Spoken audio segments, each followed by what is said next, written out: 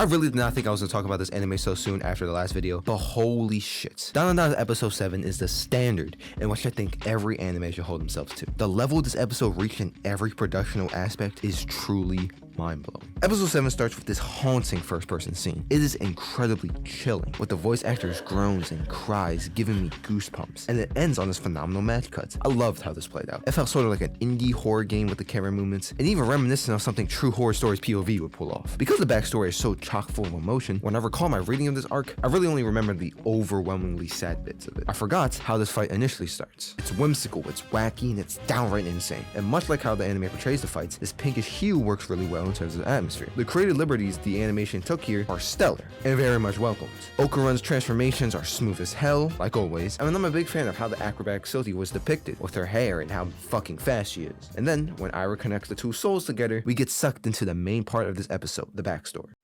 Immediately, there's this sense of foreboding dread. Rain is pouring down on our protagonist here. The atmosphere is full of heaviness and tension, and all of that is dispelled with one opening door.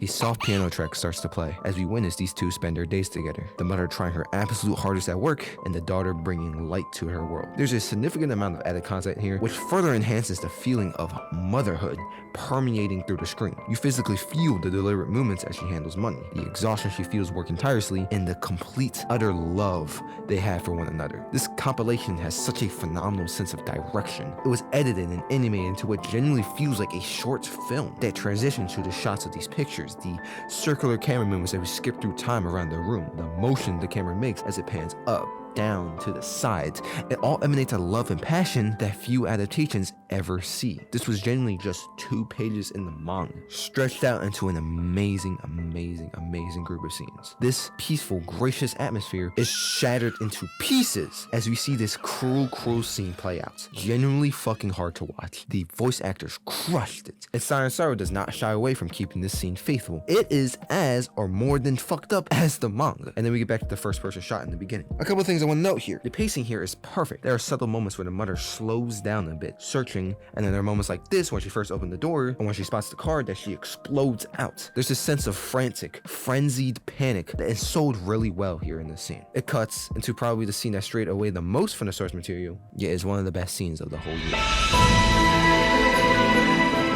Music is roaringly somber, a dramatic orchestral piece that conveys to me a sense of nihilistic acceptance, of a realization that she can't do anything, she can only give up. The visuals support this, with her dancing among the stars feeling like a surrealist, joyous moment, just for it to juxtapose with a devastating.